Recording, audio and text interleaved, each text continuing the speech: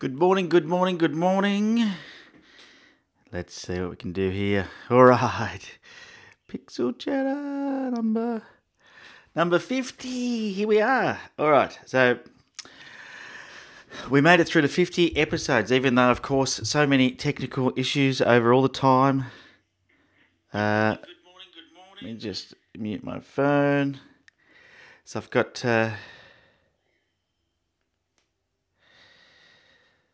I've got the live stream coming through on my phone so I can read the chat. So a lot of making things work here. Good morning. Happy 50. Thank you. Thank you. Hopefully you've all got your party hats on and you're ready for a big party episode number 50.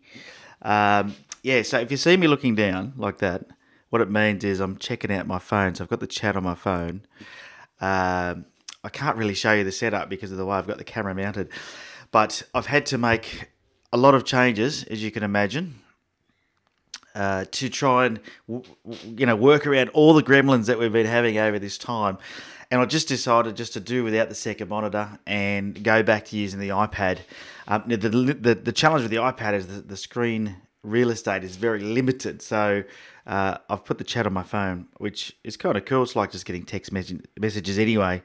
Oh, you forgot your party hat, Susan. That's no good. I've got a few here. Oh, this side here. Here they are.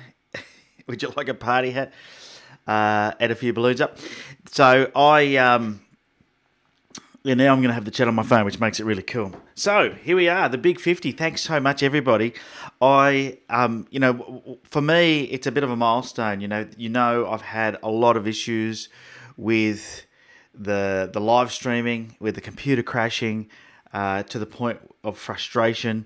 And I just wish that I didn't have those issues. I wish that it was all worked beautifully, but unfortunately there have been the issues that I've been faced with, and I nearly gave up so many times. So it's good to be here on my 50th episode, and if this format works like this, then we're sweet. This is be what we'll do from now on. All right, so I'm just going to quickly jump into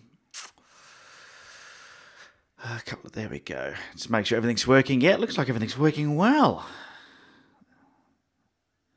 No, I don't want to do that.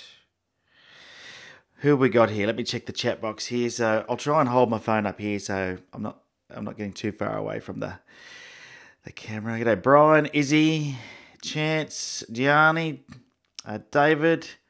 Can't wait for the strippers. The only person here besides the boss is me, and there's no stripping going to be going on. Sorry to disappoint. Yes, Chad says you might be waiting a long time. Handy Parts, g'day. Gary Davis, thank you. Good morning. John Sanders, good morning. Tim Trim, trust the Mac will behave itself. Let's hope so, as you've just heard how I've gone about trying to fix that up. Who else we got here? Susan with lots of emoticons with putting and a palm tree in there, beautiful. Anthony, thank you, mate. Good to see you. Net Wolf, thank you, and welcome to the VIP group. G'day, Ren, thank you. Nice to see you up nice and early, mate, over there in WA. Tim, g'day. Spanner, g'day. Got one of your images this morning, Spanner, up for critique. Beautiful image too. Love that green moss. We'll show everyone that shortly. Greg, g'day. Photographia Australia, photographer. What's the way to pronounce that? Photographia. I don't know. Anyway, Jim, the grumpy photographer, g'day from Scotland. And Anthony's in his birthday suit. There's some things we didn't need to know. All right, so what do we got to announce today? I'm just struggling a little bit because of this setup. Here we go. Just a reminder, by the way, if you're not already, you can follow me on these social media platforms. You'll notice I've got a little bit more active, and that's my goal over the next quarter, is to be more proactive with social media and, make sure that everybody is seeing... I've just got to stop looking at that chat whilst I'm talking. Seeing lots of cool things on my social media. So yeah, it is the big 50 today. So that's pretty exciting, I think. I think it's good. And I want to say once again, thanks for everyone to joining this morning. I do have a special shout out though for somebody who sent me in this, let me just show you. It's going to go over the top of me. Let me do this like this. Here we go. Bang. Here we go.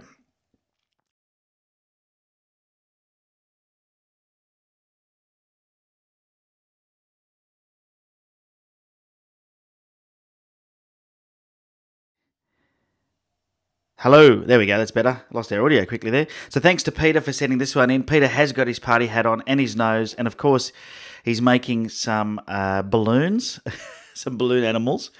So thanks, Peter, for sending that in. I really do appreciate that. That's pretty cool. And that was a nice surprise when I got that come through. Yeah, I thought that was quite unique. All right, fantastic. So it is good to see that somebody's got their party hat on, not just me. All right, so a few things I wanted to let you know about that are coming up. First of all, those of you that are in the VIPs would know that I'm working on a 2019 calendar, and I'll have it ready for pre-orders by, I'd say, November, and it'll be shipping in December, ready for the new year. So just a heads up, there is going to be a limited number. I'm only going to do 50. And if you want to get one of those, I haven't set the price yet, but it'll be roughly around about $30 Australian. So for you in US dollars, probably about $23 or $24, and then there'll be shipping on top of that. So it'll include 12 images out of a stack that I picked, and the VIPs are currently going through voting for the best images for the calendar. Just going to have some of my coffee, my Pixel Chatter coffee. And they'll be voting for their favourites out of the images that I chose, and that's what will be getting used in the calendar. And this year's calendar is going to be A3 in landscape orientation. So that's what I'm working on. It's my very first calendar that I've done. So I'd love for you to get behind that and support it. If you love my photos, and that's a great way for you to be able to get them hanging up on your wall throughout the year. And the printing focus, I've picked a printer, I've looked at the proofs, which I'm going to show you right here. I've got all the proofs for the calendar here. You might have seen me post it up on social media. But these things are, A3, and this guy does a great job. So I'm not printing them myself. There's my Aurora shot upside down. There we go. I don't know how well you can see these. So these were just some of the proofs that I got done, and I'm really happy with the quality of those. I think it's going to turn out great. So once that's released, I'll just put those back in there so they're protected. There we go. Once that's released, you'll know, and you'll be able to pre-order. All right. Peter, g'day Peter. He said that was embarrassing. And it's going to be in YouTube land like forever. So thanks so much for doing that. So that's the calendar. The other thing I wanted to let you know about too was that I'm doing YouTube released a new feature called Premiere. And what Premiere is, it's sort of like a live stream, but instead of just watching me live and chatting live, I get to pre-record a video, upload that video into YouTube, tell it what time I'm going to release it, and create what's called a premiere. And if you're a subscriber to the channel, you would get notified that there is a premiere video and when it is going to be on. So you can hit the little reminder bell. Now, when it goes live, it reminds you a couple of minutes beforehand, so you can get yourself ready, get your popcorn. Your popcorn. I'm sure you could probably get a beer or a coffee. I'll probably have a beer come Sunday night. And we can watch it together when it first gets released on YouTube. So I'm going to try that out on Sunday night, 7:30 p.m. Australian Eastern Standard Time. I've got a new video going up on my 7 tools of the trade for landscape photographers, and I'll be there to answer your questions for that first viewing. So as soon as it goes live at 7:30, I'll be in the live chat box, and I'll be there. So it'd be really cool to see if you can all get there and join me for the for that. That'd be great. All right, where else am I? Or I guess, this show wouldn't be complete without a huge thanks to everybody. And I started working out who I needed to thank, and it's just the list was so long. So instead of trying to name everybody, I'm going to maybe name a few, and then name groups of people, because I really want to thank all of you. In particular, Rob Roy, who was the nucleus for starting this. He sent me an image in the beginning, and I said, "Do you mind if I critique it live on YouTube?" And he said, "No, that'd be a great idea." That's how the show started. Of course, you guys that have tuned in for every single episode, there's some of you here that have watched every episode that has gone live, and a live show like this is not possible without you. And you know who you are. There's many of you that come in every single week, no matter what. And I know it can be early for you, it can be late for you, but it's just amazing to have that support. Of course, the show wouldn't be possible unless people submitted their images, and I've had over 130 emails from different people with submitted images. And considering they submit 3 images each, that's hundreds and hundreds of images. On the show, we have critiqued now over 100 images, which is pretty amazing when you think about it. Because in the beginning I was doing 3 and then I backed it back to 2.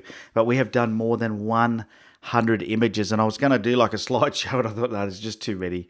That'd take a long time, which is pretty cool.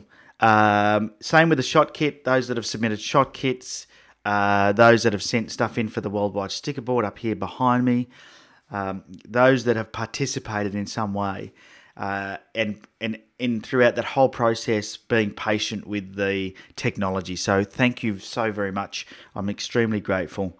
And there's people that go, "Oh, a live show is a cop-out for a creator," because they feel like the live show is easy to produce. And yeah, it could be, I guess, if you didn't plan.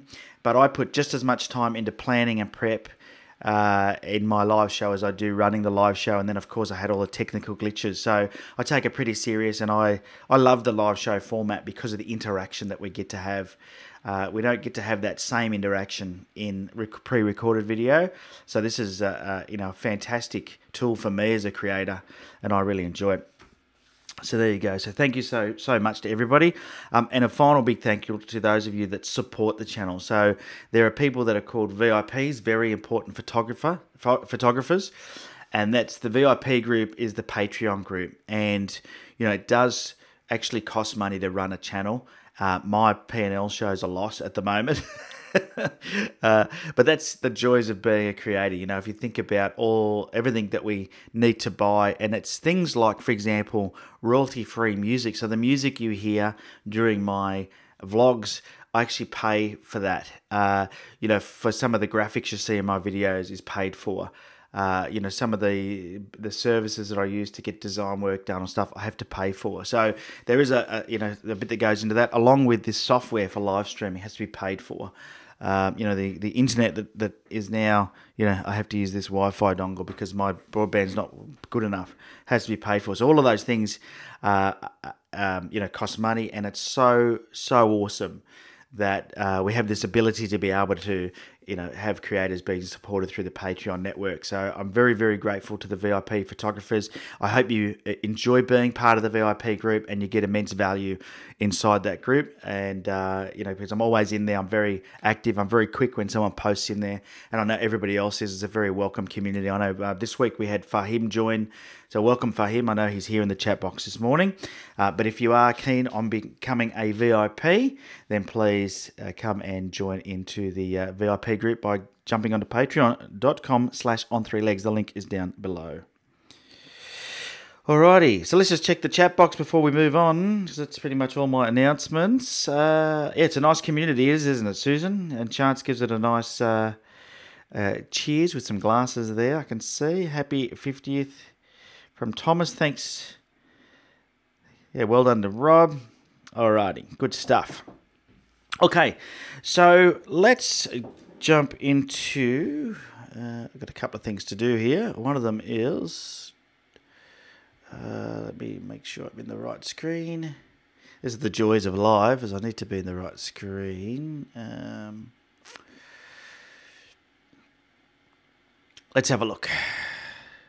So the other thing that I wanted to mention too is that Tasmania coming up next year, as I'll just get the challenge up because I've, for some reason, clicked off that page. So let me jump into the challenge. The colours for, there it is. So Tassie, we still have spots available for next year. And we're going on the 5th of May till the 9th of May. It's 5 days in Cradle Mountain National Park. There's some people that are in the chat box that were there earlier this year with me, and going again. If you haven't been to Tasmania, it's one of the best ways to go and see something if you don't have a lot of time, because everything is pre-organised for you. And it makes it super simple. So the way that I ended up meeting Michael, who I'm running this workshop with, or this tour with, is actually for my 40th, I decided that what I would do is I would buy myself a workshop, a photography workshop, and go to Tassie. And I thought, rather than trying to work out the best spots myself, I went on a tour. I think the one that I did with him was a 7 or 8-day tour, but we went to Cradle Mountain, we went to a few other locations, and it just made me realise how simple it is going on someone else's tour. You don't have to worry about anything. And so this is the case with our workshop coming up in May. Everything's included: your accommodation, your food, your transfers. All you have to do is book and pay for your flights and get yourself to Launceston in Tasmania. Once we pick you up, everything's included except for alcohol. So it's a great way for you to come to Tassie and enjoy some of the amazing things that there are to be seen in Tasmania. Alrighty, so I'm going to now attempt to try and flick over to my screen, which is this one here. Here we go. And hopefully you can still hear me. It looks like everything is working. Good stuff. So the VIP challenge is a challenge that is made for the VIPs every week, pretty much every week, depends on how many photos we get uploaded. And this week's challenge was colourful. And the last 2 weeks has been colourful. The first week there wasn't a lot of entries, but then people picked up and got more. The weather, I think, has been dreadful for everybody everywhere. And I know in Sydney we've had some pretty wild weather. So these are the entries for colourful. So I'll take you through all the entries first, and then we can talk about who the winner is and then the honourable mention. All right, let's go through. So this one's Wren, sunset at Heron Point, somewhere in the WA, no doubt. This is very colourful. This one's from Chance. Not sure where that is. Looks like a store of some sort. This one is from Brian, Wisteria. Beautiful colours in that one, that's for sure. Green, green and more green. His favourite colours. It says Steve Algie, Spanner. Beautiful waterfall shot. Bustles and Jetty. Very close to my heart. I love the colours that you got here, Ed. Beautiful shot, and I'm very jealous. Steve Algie, got the rainbow there. As you can see, beautiful leading lines there. Jill Heath, some nice flowers. Not sure what type, but beautiful. Some water droplets on a leaf. Looks nice. Some nice colours there of sunrise in the windows. Beautiful shot. No clouds, only glow colours in Ohope Beach. This is Stephen Cast over there in the Bay of Plenty of New Zealand. And then East Cape in the distance. He says a fairly colourless day, but the colours are beautiful. Loving the colours there. Brian here with some flowers again, and beautiful composition there with some in the background with some colours. Nice contrasting colours. Another one here by Brian. The frost on the leaves. Wren, blue geranium, night shot, which I thought was kind of unique, using night lights. And then sunrise with chance somewhere, I'd say in Arizona, where the big mountains are. Looks cool. Alrighty, so the winner of the challenge is... let's do the runner-up first. The runner-up of the challenge is this one here. I really like this one here. Nice leading lines, nice colour. Good use of that tree. So well done, Stephen Cast from over in Ohope in New Zealand. Beautiful shot. And the winner of the challenge is going to be this one here by Ren Thielen. Who doesn't love a pano and a jetty all in one with some beautiful colour? So well done, guys. Fantastic job. Fantastic job. Alrighty.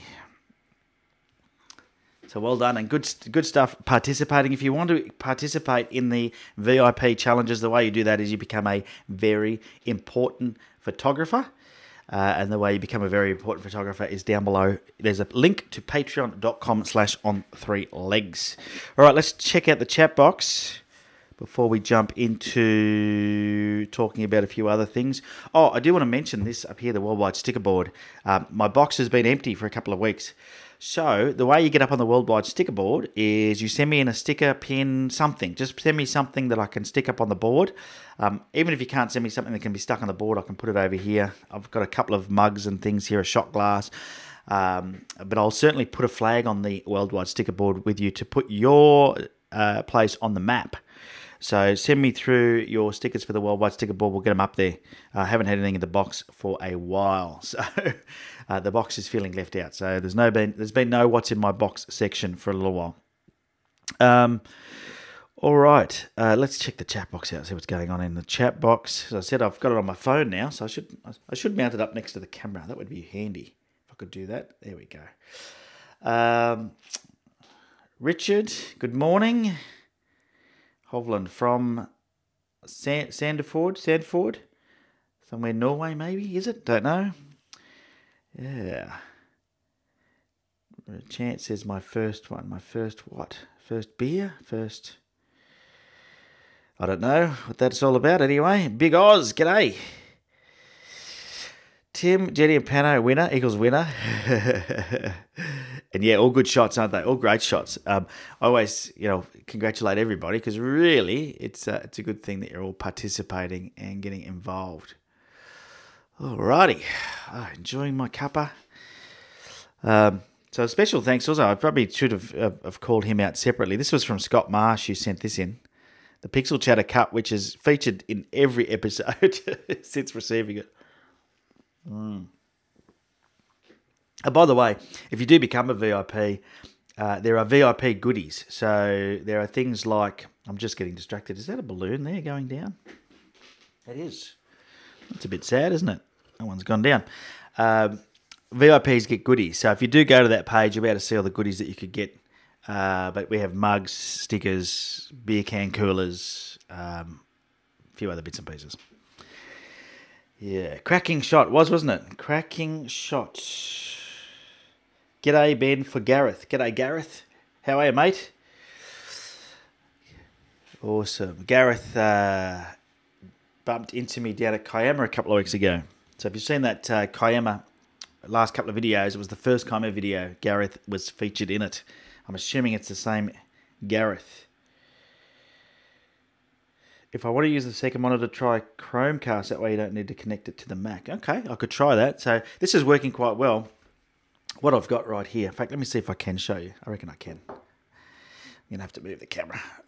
Just so you can see if anyone's interested in my setup. There we go. All right.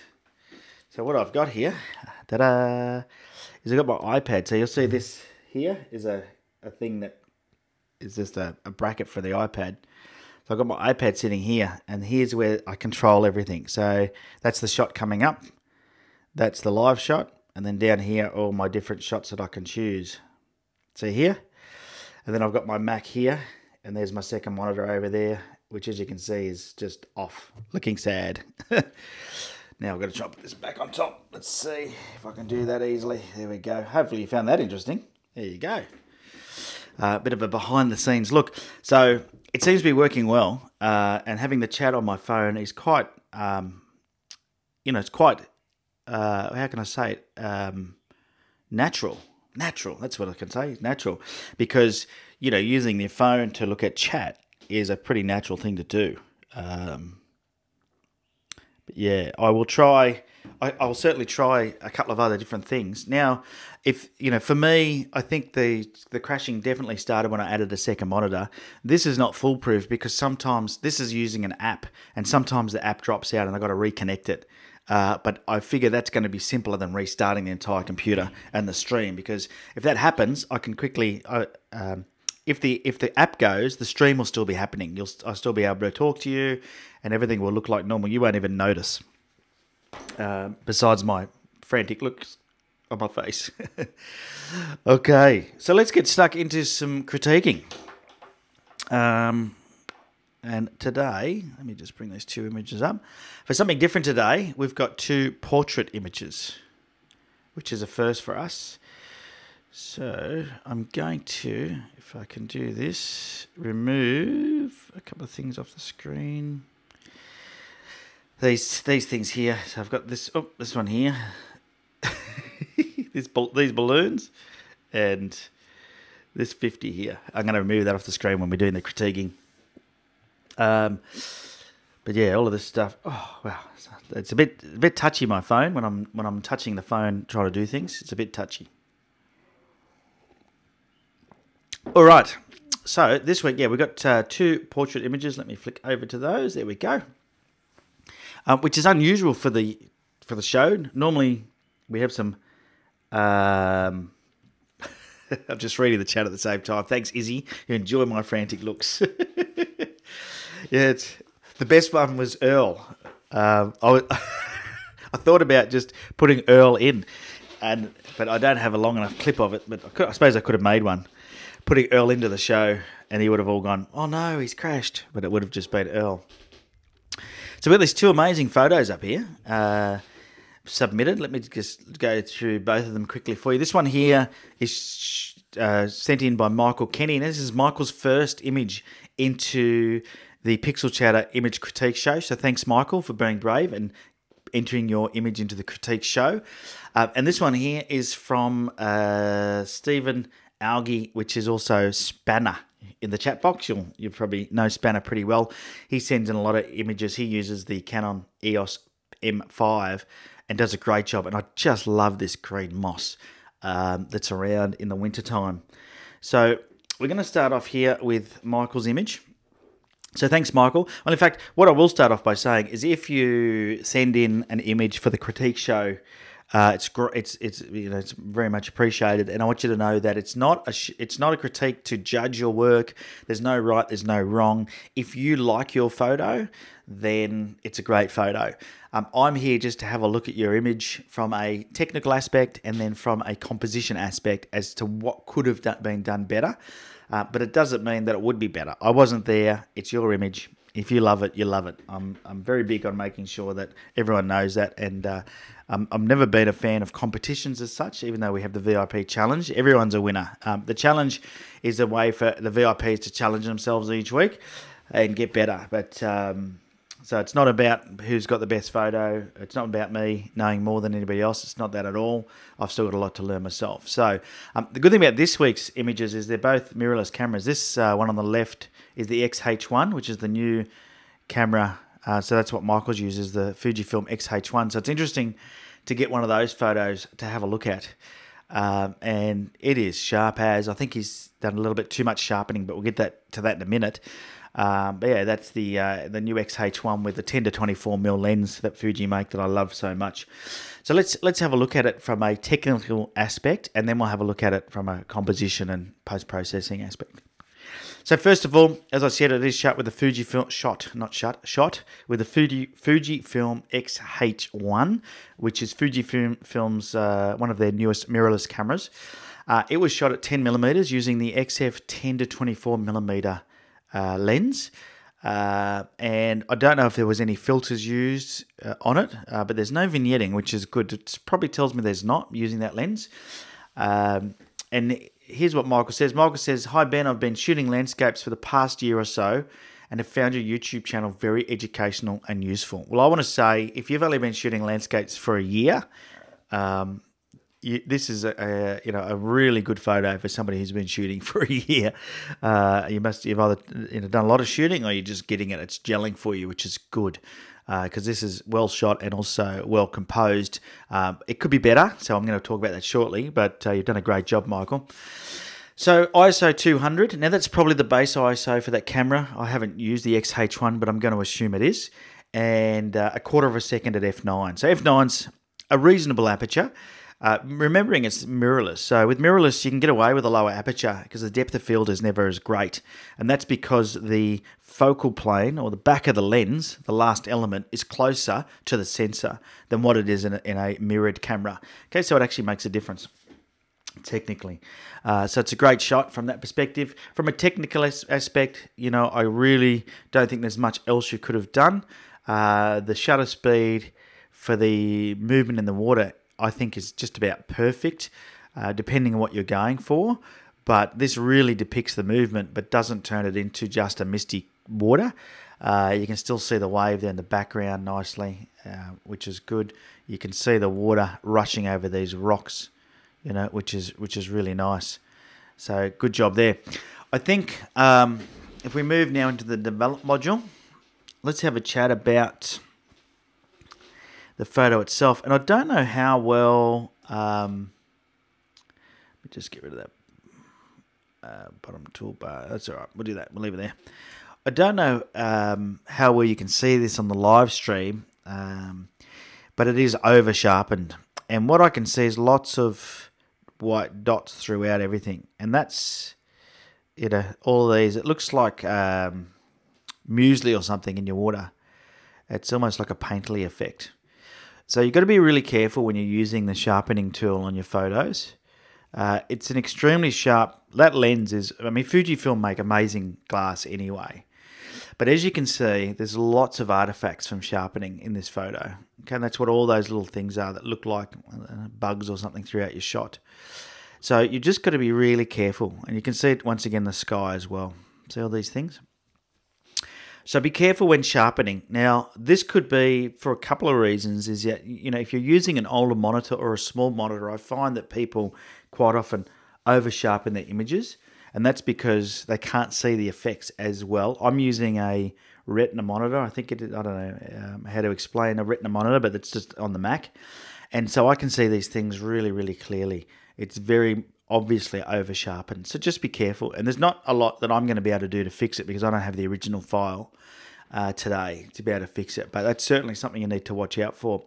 And this is why the best way to sharpen things, there's two ways to do it. If you're using Lightroom, I suggest when you go to the sharpening, which is down here in this details, let me just collapse everything else so it's nice and obvious what I'm talking about. I'll collapse everything else. Okay, so this is your detail controls in Lightroom. I can't get any wider on that menu. Over here on the right, so I can see where the big arrow is. So this is the details control, and when you do your sharpening, as soon as you start moving the sharpening, you'll see that these other sliders come to life. If you hold down your Option or Alt key and you click your left on the masking and you slide it to the right, it actually masks the areas that are going to be sharpened. And so what I suggest you do is you do that so things like the sky, etc., that you don't really want to sharpen go black. Okay. Now, in masking, with Adobe, black conceals and white reveals. So anything that is black is not going to be sharpened. So it's almost like there's an additional layer that is being created by this masking, and you're going to make sure that you only sharpen the things that you want to sharpen. The next thing is you'll see here that you have a little box or a little view of of what's being sharpened. So you can move that around and you can then have a look and see what it looks like once it's sharpened in there. So if you can sort of just go in there and you can zoom right in somewhere. Let's zoom right in to there. There we go. So if you were sharpening that, you could have a look at that box right there and see the effects of your sharpening as you do it on that particular piece. The other thing you can do, of course, is zoom right in on your photo as you do it.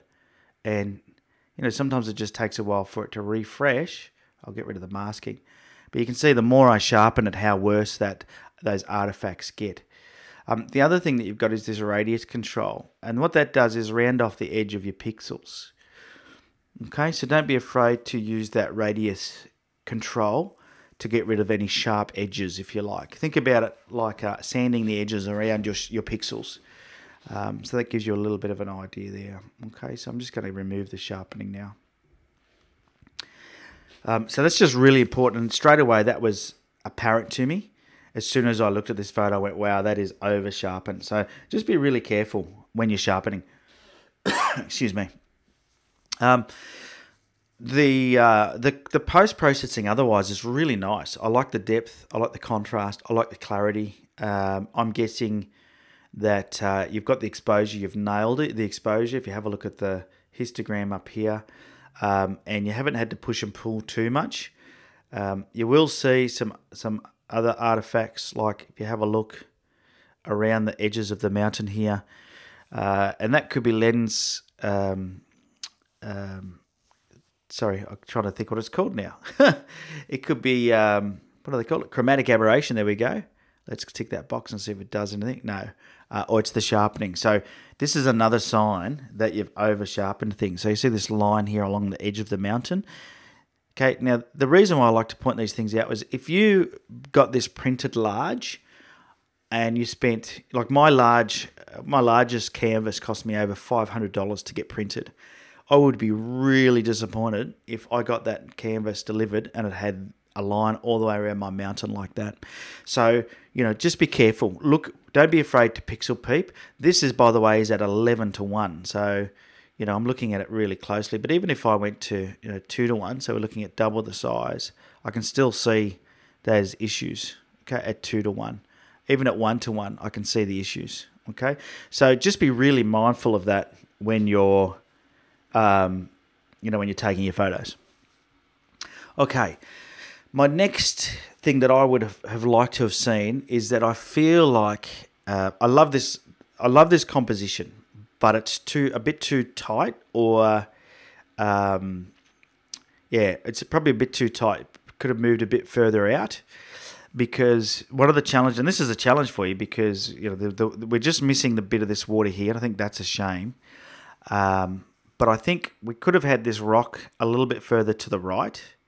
If we put the rule of thirds over the top, and the rule of thirds is a great guide for anybody, we could have changed the composition slightly to go to the right more. Let's just try something here. To go to the right more and get that rock. Yeah, we don't want to miss that out in the front there. There we go. Something like that. These rocks here are an amazing leading line. They just work really nicely to lead your eyes up here. I love the sun here too, which is beautiful. This is a great indication too of the power of this XH1.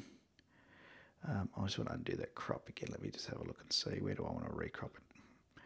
So I don't want to cut that sun out of the picture either. Yeah, so I think the only way to have fixed this would be to have moved a bit to the left and go a bit wider, move back a little bit. And the good thing about, the good thing about that is that you get to crop if you want to. And you might have cropped this, I don't know, but really good. The other thing I would have tried is I would have gone landscape orientation. I'm assuming out to the right is just more beautiful red sky. See how red this is up here. Out to here was probably just beautiful colour.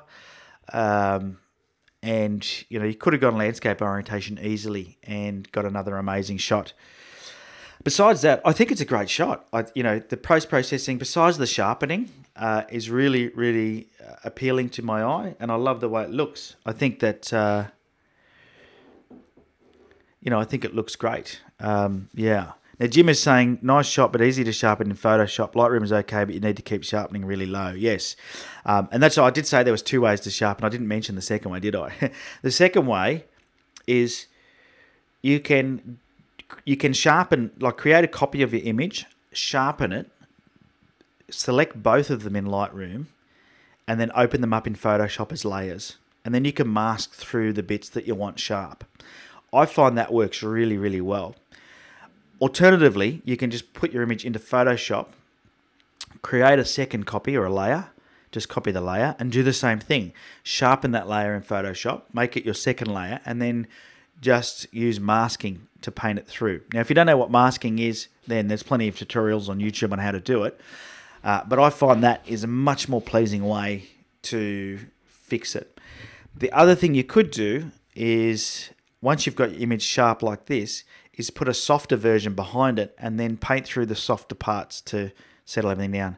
Now this, no matter where I look, is totally over sharpened, so I wouldn't use any parts of this image at 100%, just to be frank, because I just think it's too much sharpening. And I would like to see, Michael, another version of this with less sharpening. I reckon, besides the sharpening, it is just a fantastic image. I don't think anyone is going to argue with that. It's just a fantastic image. All right. So once again, mate, thank you so much for sending that in. I really appreciate it, because that's what makes this show. That's how we've got to the 50th episode. How's everyone enjoying episode 50 so far? I'm loving it. I'm loving it. This hat's getting a little uncomfortable.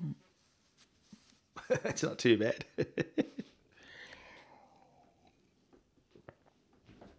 Oh, yeah, the coffee's going cold, but still good.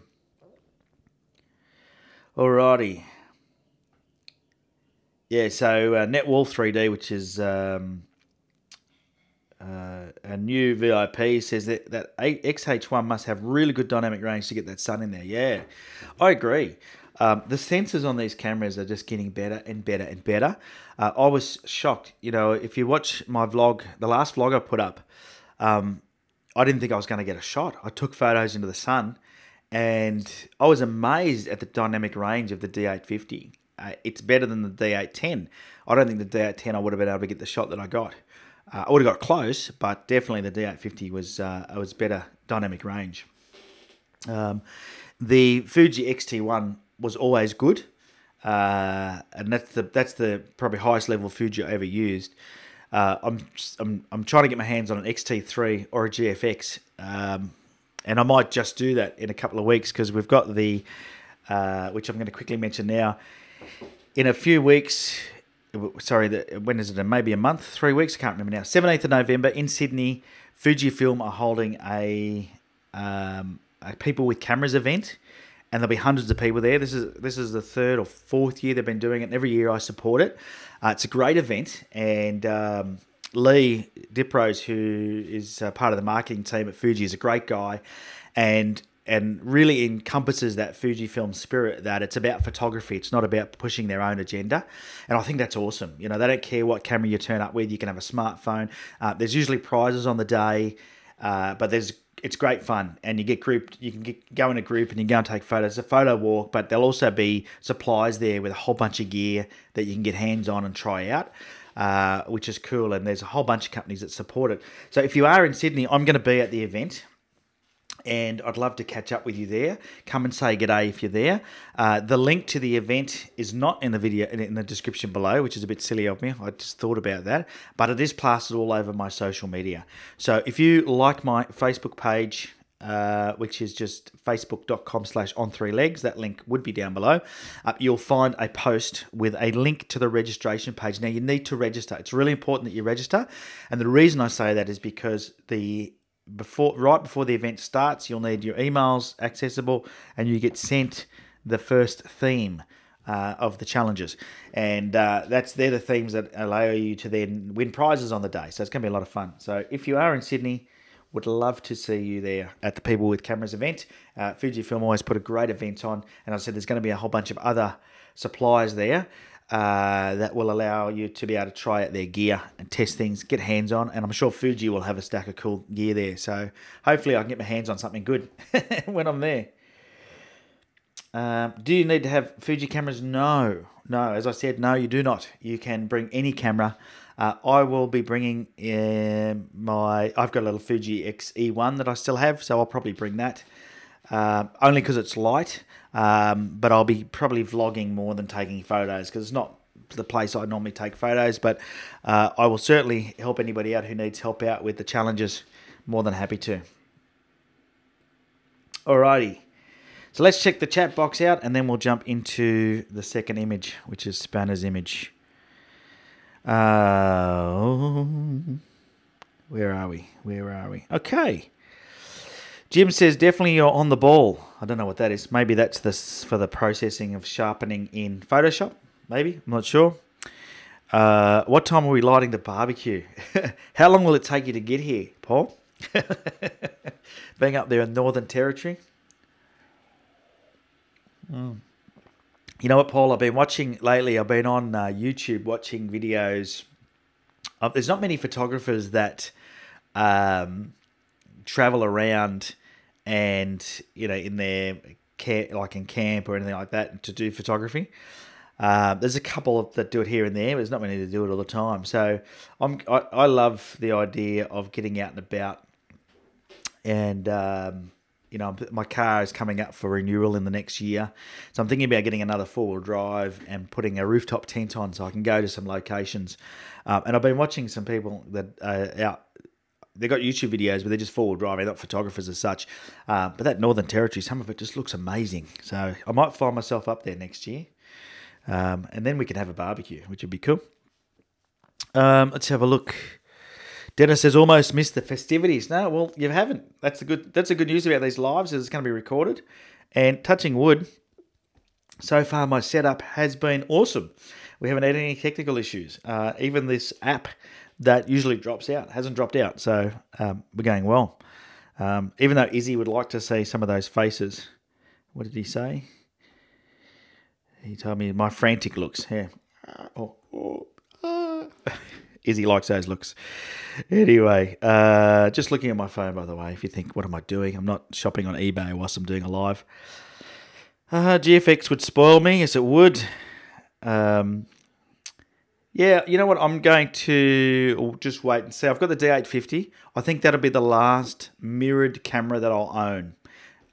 Because I think by the time I'm ready to replace that, I usually replace them 3 or 4 years in. I think by the time I replace that, the mirrorless cameras will be well and truly bedded in.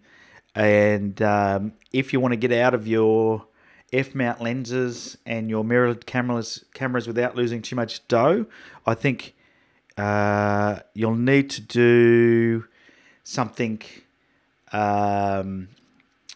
You'll need to do something, I think, with that gear and move across to mirrorless to save you that. Where are we? GFX 100 early next year. Well, Greg, we'll see, eh? We'll see what happens there. Netwolf says B&H have some crazy deals on the new GFX, both lens bundles, the fraction of their price. Yeah, it sounds good. Handy parts, always shop at B&H. Yeah, I've shopped there a fair bit. It's amazing, and I shouldn't say this as an Aussie because, we should be supporting Aussie retailers, but sometimes I can get stuff from America quicker. That's shocking, isn't it? And I'll even pay a little bit more. I don't mind. But usually it's cheaper. At the moment, the Aussie dollar's not as strong. 29 hours, I've looked it up. That's a long drive, isn't it? Do it. Do it. Get the four-wheel drive and come up your way. You never know. More storms on the way today. Yeah, lightning shots are on the cards. I was saying to the boss the other day, the one thing I've never photographed is lightning. So for me, I think you've got to be somewhere and just luck it. But unless you really plan it, because you don't know where the storms are going to be. Let's say you were traveling somewhere and storms came off across the coast, or where I was staying in Kiama, we had views across the ocean. If there was a storm in the ocean, I would have definitely got some brilliant shots with lightning, coming down. But I think it's harder than you think. I have thought about buying one of those lightning triggers. They plug into your camera where the remote plugs in, and when the light goes off, it triggers the camera. So I've thought about doing that, and then when there's a storm, just going and setting up somewhere. But I haven't worked that out yet. My next goal is to work out how to do astrophotography a bit better. I've done very little of the astro stuff, and I know it's not the best time of year now because the galactic core has moved away. But in a couple of weeks, I will be doing a road trip. I will be vlogging it, and my plan is to camp out somewhere if the weather's good, and try some astrophotography. Wow, Netwolf, you have done a $50 live chat. 50 for the 50th. I've learned so much from your videos. This is a small thank you. If only it was 50 million. Mate, wow, that is amazing. I can't thank you enough for that. That is amazing. Really? $50. Well, I appreciate that, mate. That will go towards continuing to support the channel. So thank you. Do I use active D lighting? No, I do not. I don't know why, but I just don't. I just go raw. Chance, Delta Virgin, Australia operator, Compass, Delta connection. $1,500 to come to the barbecue. Is it? Awesome. Jim, GFX need to sell body parts. Yep. Fly to Darwin and hire a camper van. Yeah, could do that. When I'm in Tassie next year, by the way, I'm going to stay a few days after and hire a camper van. So if anybody's going to hang around, let me know after the Tassie workshop. Rooftop tent is a great idea. We have one on a Nissan Patrol. Yeah, well, I think for me, because what I want to be able to do is just pull up somewhere, jump into bed, get up in the morning and shoot sunrise. And if I have to drive somewhere for sunrise, I don't want to be leaving something behind or having to pack something up. So I was looking at the one there's a real cheap one called the King's Quickie. And I thought that looks awesome. As an astronomer, I usually dislike rain, and we have a saying that it rains when you get new gear. There you go. You go for long exposure and hope for the best. Very cool. Wow, I still can't get over that donation of $50. Thank you so much for that, my friend. All right. Let's jump into the second image. We have about 10 minutes left for the show. And, of course, it's one of Stephen Alge's or Spanner's images, so it's not going to take a huge amount for us to critique this because he always delivers the goods. Before I do that, I just want to, once again, show you somebody who is enjoying the party. This is Peter Ponsell. He said it was embarrassing, but you know what? I just love it. So there's Peter enjoying the show with his party hat on and his beautiful red nose. So good on you, Pete, for sending that in, being brave and sending that in. We love the fact that you're enjoying the show, my friend, and enjoying the party. So that's what it's all about. Okay, let me get into this critiquing here. So this one's from Stephen, and as usual, from Stephen, really nice, stunning image. He always does a great job with his images. I think that, it just goes to show you that you don't need a big DSLR to get great photos. This is done on a Canon EOS M5. And I think for anybody watching, that's something that you can take away from this is that, it is a lot about composition, a lot about getting out there. I know that Spanner is in the chat box, so if anybody's got any questions for Spanner about this image, you can ask him live in the chat box because he's in here. So this image, I don't know where you shot this, Spanner. Actually, you might tell us because I didn't put any notes in. I don't know if you sent me any notes. But I'm sure it's somewhere up at Newcastle. And sometimes it is looking for these little things. Just this hole in the rocks and covered by the green moss. Looks awesome. Absolutely awesome. Let me light box it so we can really look at it and take a look at it. Once again, another portrait image. And so today was, both photos were portrait, which is something different for us. And I just love it. I think, what's going on there? Let me just go check my settings over here. Let's go to 1:1. There we go. Give me some 1:1 action. Lightroom. There we go. So let's look at the technical details, and then we'll get into the composition and see if there's anything we could have done better. All right. So to me, this is a great example of using your longer shutter speeds to really get a great effect, especially when the light probably wasn't as good as he would have liked. And so this one is shot at 83 seconds. Now, you've got to be on a good tripod to do that. But 83 seconds, so basically a minute and a half. I'm just going to finish my coffee off because it's going cold. So 83-second exposure. ISO 100. So, whenever you're shooting, especially on a tripod, just get your ISO down as low as it can go. Always going to get the best results. 12mm, so nice and wide. And shot at f8. Now, this camera seems to, retain sharpness throughout the frame. I've noticed, as I've looked at quite a few of Spanner's shots, at these lower apertures without any problems. So, f8's a good fit for this particular shot. And as I said, it was 83 seconds. Really good use of a longer exposure, given the conditions. And I think Izzy will appreciate this one. He loves his long exposures. He's in the chat box as well, I think. But yeah, really nice shot. So technically, I think everything was shot really well. There's not much more that you can do. My only gripe in this shot, and I find it distracting, and this could be fixed in post-processing, is this top left-hand corner is really highly exposed. And I have a feeling it might have been, it might have been overexposed in parts of it, not sure. Now, really hard when you do long exposures because you're trying to make sure that things are going your way. I also noticed some weird stuff here.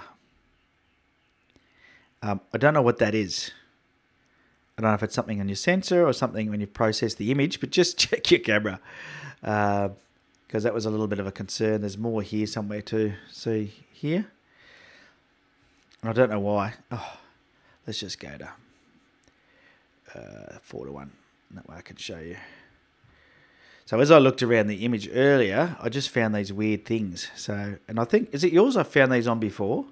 And I don't know if it's because you're doing long exposures. I don't know if it's something to do with your sensor. But just make sure you check these out in your computer because there's something weird going on there on the right-hand side. Oh, now we've flicked. Oh, gosh. So there's those two spots. I didn't notice any others, but I didn't continue looking the whole way around everything. But they're the two spots that I did notice the most. So there's definitely something weird going on there, isn't there, gang? So that's definitely something weird. So just watch out for that. From a composition point of view, I wouldn't change a lot, to be honest. I really like it. Once again, I wasn't there, so I don't know. Let's just jump into the develop module. Of course, I would fix those weird artifacts. One of the beautiful things of the long exposure is you get this silky smooth water and you get these reflections. What I do see is I don't know if it's chromatic aberration or once again it's because of sharpening or over sharpening. So I'll just tick that box. Always works better on a raw file. So just double check that. Once again, don't be afraid to zoom right in. Zoom right in and just double check things like that. Here I am at 11:1, so we're probably pixel peeping a little bit too much, but you can definitely see how there's that white line around things. So just be careful of that. One of the things that you can do in Photoshop is you can actually use a tool to select these particular pixels or those colors, and then Photoshop will help you remove them. A bit harder in Lightroom, just the way it works. But Spanner says he fixed it a week ago. Compression artifacts. Yeah, who knows? All right. So to me, just keep an eye out for those artifacts. But otherwise, I think, and it could be compression, who knows? I mean, it's a JPEG. But just double check on your own images. The exposure time I just love. Like I said, I'd probably just try and settle that down in the sky there. And you could do that with something like a radial filter quite easily. If you were to grab a radial filter, oh gosh. I'll have to reverse the radial filter. But you could definitely darken that down. Oh dear. Or you could use a brush is the other way you could do it. I see the exposure's up, so it's clarity. That's why that went haywire on me. So you could use a brush as well, and you could just sort of brush over that area, like so, and then just lower the exposure down. Just a tad, just to get rid of those highlights. And this is a bit like dodging and burning, so that just on the top there, I'll get rid of that there. Probably need a bit more of a less flow on the brush. Let's do that. Let's get rid of the density a bit. There we go. And so you can sort of use this then to, brush is a great way to just touch things up a little bit. Anywhere where things are a little bit overblown, I'm just going to brush in. And I'll show you the before and after in a sec. And I thought it was a great example for that because I just found that to be a little bit distracting. I'll just go and turn that brush off. Let's get rid of the black dot. There we go. So if we have a look before and after, it's a subtle change, but can you see the difference that it makes on the overall feel of the image? And so I think that, to me, it's a really good way just to settle down something that's dragging your eye away from the hero in the shot. And the hero in the shot here is this down here, and I just love it. I would probably do a little bit more on this water here, actually. So let's just jump back in here. Let's get the brush back up. I'll use the same brush, and I'll just, I'll continue to do a little bit more here in the water. And you'll see it actually, when you reduce the exposure slightly, it also helps bring colours out. So don't be afraid to give it a bit of a go, because it will help you overall with the colours as well. But I think that's just about there now. All right. Let's do it before and after. So it's before and after. Now it's a subtle change, but even there's more detail in the sky after I've done that as well. So, but besides that, cracking shot as usual. Those artifacts, I don't know, whatever they are, you know about them, which is good. I think otherwise there's not much else you could sort of say about it. Looks like it's pretty straight. Let's see what I was. Yeah, Adobe agrees that your horizon's straight, which is good. One of the things I like to do for a bit of fun sometimes is see this auto here. See what it does. Wow. Okay, that was interesting. Don't be afraid to try that either, by the way. They've made changes to the auto now, so it does different things. Let's do before and after on that. So that was quite interesting. I actually like what it did there with the auto as well. See that? It's increased the shadows. So So there you go. Even that's nice. So thanks Lightroom for doing that. Oh, there you go. Sometimes auto does interesting things. I actually don't mind that. I don't know what you think's better, but I actually like that with the auto. So there you go. Thanks to those two guys that shot those in today for episode 50 of the show. But just go back over here. Really appreciate you sending those in. Just fixing up the other screen for a tick in case I need to jump back over there. All right. Everything's working well. So, once again, thanks so much. We've come to the end of the 50th show pretty much. Thanks again to those of you that have participated throughout the year. Thanks for today's pictures, Michael and Spanner. And, of course, also, I think it's great that, those of you that have been on every single show since the beginning, I want to say thanks. I know that it's a big commitment from you as well to be here every single week, and I'm really honoured by that. So I'm going to check the chat box one more time. If you have got a social media handle you want to share, whack it in the chat box now, and that way everyone can follow each other, because I am a huge supporter of growing the community, and I think as photographers, there's plenty of resources online, but you can't beat having connections with other photographers online. It's an easy way to connect. And I know some of the guys that follow the channel, some of the VIPs have been out shooting together. And to me, that's really rewarding. In fact, one of the most rewarding parts of the whole thing is that people get out there and they take more photos as a result of me doing this. And, that's awesome, because I'm a great fan of photography. Also want to say a big thank you to Fahim for that $50 that he super chatted, because that's just, that was amazing. Thank you for that. All right, let's go back to going to try Magic Lantern. Scott says, happy 50th. Well done. Thanks, Scotty. Thanks for the cup. Many cups have been drunk out of this. I can guarantee more than 50.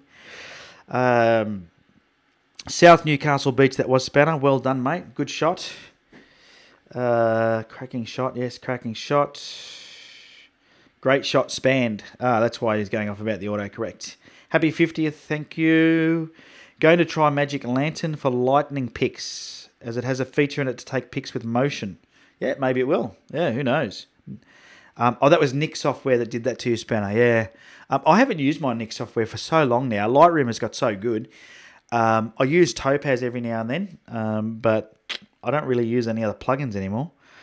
I don't know whether I've just got lazy or I'm just satisfied with what it's definitely satisfaction, because I would turn to something else if I wasn't satisfied.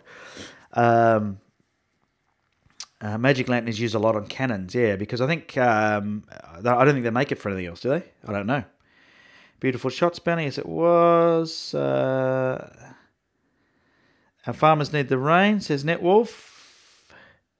Yes. Raining in Melbourne too. Well, that's not unusual, is it? Gary says, well done, Ben, no crashing. Yeah, so as you can see, not having the second monitor is going to fix that issue. So this is how we'll run the show moving forward. So from show 50 to 100, touch wood, smooth sailing. That's what we're going for. Thanks, Si. Great show, he says. Netwolf says, my first, loved the show, loved it. Thanks. Thank you for coming. Thanks, Brian. Thank you, Brian, for being on every show. Brian is one of those guys that has been on every single live stream. So thank you, Brian. Susan says, here's to the next 50. I'll drink to that. Unfortunately, just coffee at this moment. Tim says, have you tried Lumina? No, I haven't. Izzy says, great show, well done. No glitches with the tech. Also, you miss my gurning faces. I can still do them for you, mate, on request. And Handy Part says only Canon. All right, guys, well, that's it. Well, that's show number 50. And, only one way for me to finish off the show. And this is probably going to be a bit noisy, so I tell you now to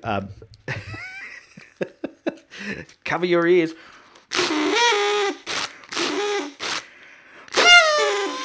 There we go. For show number 50, it's over. Well done. Congratulations to everyone who's participated, and get out there and take some photos. Let's finish up the show here. Make sure you hit the like button, hit the subscribe, notification bell, all that stuff, and I'll see you on the next one. See you later. Cheerio.